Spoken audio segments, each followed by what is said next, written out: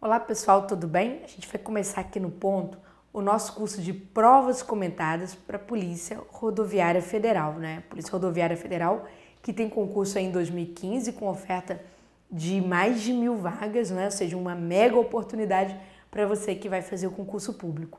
Bom, o que nós vamos tratar no nosso curso? Nosso curso vai trabalhar com provas comentadas do CESP, dando ênfase, naturalmente, às últimas provas que o CESP aplicou nos seus concursos, tá? A gente começa exatamente indo ao material que eu vou explicar para você passo a passo de como será o nosso curso, como que ele vai ser desenhado, tá? Então vamos lá. Atenção. Bom, para você não entrar, né, vamos dizer assim, sem um conteúdo, porque quando a gente fala em curso de provas comentadas, a ideia não é dar um curso de português completo não, tá, gente? É a gente bater em cima de uma síntese teórica que é classicamente cobrada pelo CESP, então trata-se de um curso muito objetivo, um curso focado para trabalhar uma síntese de resolução de assuntos, né, que a banca sempre aplica, e também uma atualização. Por quê? É normal, tá certo, que a banca possa trazer conteúdos novos, um ou outro item aparece. Então a gente traz nesse curso dessa síntese teórica uma atualização, tá? Você vai encontrar, né, antes de você ir para as provas comentadas, alguns simulados que eu preparei para quê? Para que você possa treinar exatamente, né, ganhar corpo com relação a essa síntese teórica. Por que eu digo isso? Ora, o curso de provas comentadas atrai muito aluno veterano, que o aluno veterano, aquele aluno que já vem estudando um tempinho, ele quer o quê? Ele quer estar em dia com provas recentes, tá certo? Com tudo que a banca andou fazendo por aí de um ano para outro, tá? Naturalmente, alunos que são novatos também se interessam. Então, a gente faz um simulado para criar o quê? Uma espécie de embasamento, para que esse aluno não caia de paraquedas aqui nas provas sem ter um treino daquela síntese que ele viu, tá bom? Nós vamos naturalmente trabalhar aqui, conforme vocês estão vendo, né? Provas da ANTAC de nível superior, provas da Anatel de nível superior, prova do INPE que aconteceu no finalzinho de 2014, prova da PF também, final de 2014, prova da Câmara dos Deputados, a prova de policial legislativo, né? A prova da Fundação da Universidade de Brasília e a prova de consultor legislativo, uma prova mais pesada, mas é porque a prova da PRF costuma ser uma prova chatinha, uma prova pesada também, tá? Bom, para começo de conversa, eu trouxe aqui 3 questões que trabalham com clássicos do CESP, tá? Na verdade, são 2 assuntos clássicos e um assunto que tem sido mais praticado na atualidade. Por exemplo, a prova da Polícia Federal de 2014 toca num clássico desse, que quem foi meu aluno viu, e naturalmente deve ter olhado para essa opção aqui e feito simplesmente isso aqui. Por quê? Olhou para essa terminação, mesma regra ortográfica que justifica a acentuação. Tá? O aluno que treinou prova, ele não teve a menor dúvida, tá certo? O que motiva essa acentuação?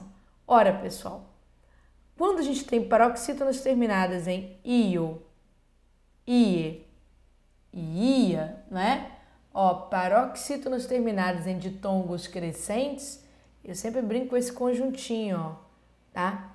Io, ie, ia, todas são acentuadas pela mesma regra, a palavra é acentuada pela mesma regra.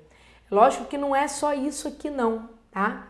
Mas isso aqui já é um macetinho que ajuda, porque 90% das questões de acentuação do CESP envolvem exatamente as paroxítonas terminadas em ditongo crescente, tá bom? É lógico que eu vou tocar em outras regras que apareceram, em outros exercícios, né, outros formatos, mas que só para a gente poder saber, igual já apareceu o próprio paroxítona, sim, mas aparece muito menos do que essa regrinha que foi aplicada na prova da PF 2014, né? Os alunos que fizeram o meu curso, naturalmente, viram isso aqui e não tiveram a menor dúvida que estão correta, tá bom? Questão 2 também da Caixa Econômica traz um clássico, por exemplo. Se vocês estiverem fazendo a prova, o curso de Teoria e Questões Comentadas do professor Desce o Terror, ele vai explicar direitinho o que são verbos impessoais. Né? Ele vai falar para você que o verbo haver, quando indica existir, quando indica tempo decorrido, é um verbo impessoal, tá? E vai falar, por isso que ele fica no singular, ou seja, é um verbo que não aceita sujeito. O meu aluno, né, que faz provas comentadas, é lógico que a gente pula tudo isso, todo esse cuidado do professor de português. O que a gente faz? A gente já vai direto, né, para o que interessa.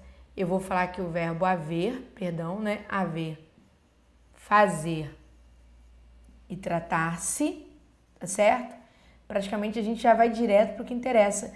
Eu até digo para o aluno assim, eu nem costumo dar aula de língua portuguesa, eu já falo o que está lá na prova, porque eu já viro e falo para o aluno o quê?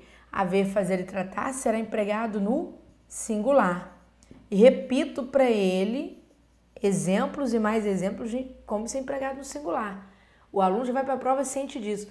Haver, fazer e tratar singular. Haver, fazer e tratar singular. Ele chega nesse exercício número 2 aqui, a forma verbal existiu em linha 14, eu repliquei aqui para vocês, ó. Poderia ser corretamente substituído por haviam.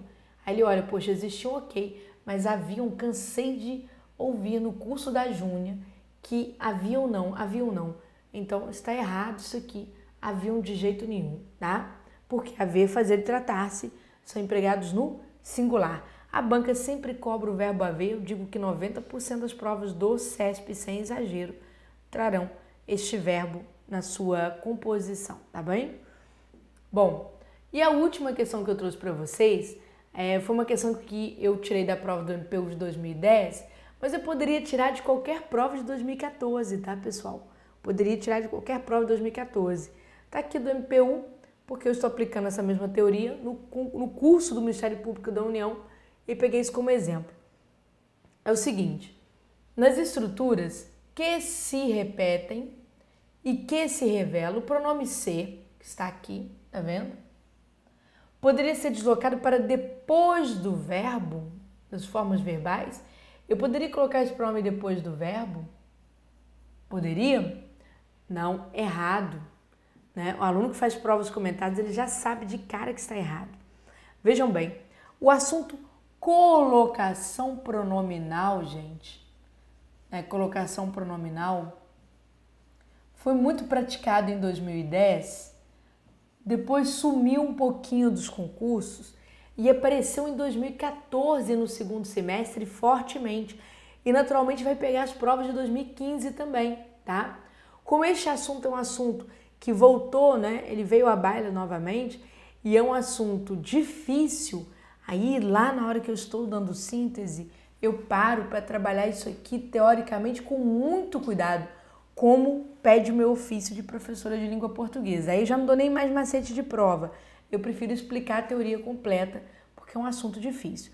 Mas é lógico que, viciada em resolver provas como eu sou, eu não poderia deixar de repetir para o meu aluno que a próclise, tá? O que é a próclise? A próclise é quando você coloca o pronome oblíquo antes do verbo, tá vendo? Ó, aqui está o verbo, o oblíquo está antes do verbo, tá? Eu vou explicar para ele que ele tem que estudar muito a próclise. Por quê? Entre a próclise, mesóclise e a ênclise, a próclise, ó, vou chutar o número de novo, vocês que eu adoro 90, né? 90% das questões do CESP de colocação pronominal se baseia em próclise. Para eu não falar quase todas, tá? E aí eu vou facilitar para o meu aluno. Próclise tem muitas regras, mas eu vou falar para ele o quê? Olha só, depois de você ter aprendido próclise comigo e colocação e tal, você vai guardar o seguinte, que a próclise ocorrerá sempre, né? Quando houver advérbio, tá? Advérbio, lógico que eu vou te explicar o que é isso. Quando houver conjunção subordinativa, você já terá aprendido comigo na síntese teórica, que é conjunção subordinativa. E quando houver pronome. Quais são os pronomes proclíticos do português?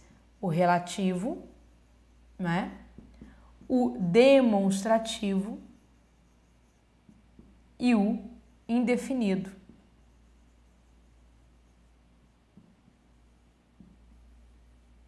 Tá vendo? Então, quer dizer, a próclise, se você guardar essas três regrinhas, próclise é cheio de regras, Mas se você guardar essas 3, você vai matar quase todas as questões de colocação que se apresentarem para você, tá bom? Por quê? Olha, eu até mostro, ó, tá vendo o que? Né? Se você for ao texto, você vai descobrir a que classe pertence o que. Se o que é uma conjunção, se o que é um pronome. Ora, gente, se a próclise é causada por conjunção ou por pronome, por exemplo, relativo, né? Esse pronome o pronome ser, nunca poderá vir depois do verbo. Ele tem que ficar pertinho desse que, porque o que atrai o pronome oblíquo para perto dele. Qualquer que atrai o pronome oblíquo para perto dele, tá certo? Então, quer dizer, por isso que é importante não só a gente aprender português, mas a gente ter o quê? Ter um trato com as provas. Eu sempre digo, hoje em dia o candidato, né, muitas vezes tem um conhecimento profundo de português, estuda muitos anos para concurso. O que falta a esse candidato? Entender melhor a dinâmica da prova da sua banca, tá bom? E dessa forma nós vamos trabalhar para o concurso da PRF, ok? Então vejo você na aula 1.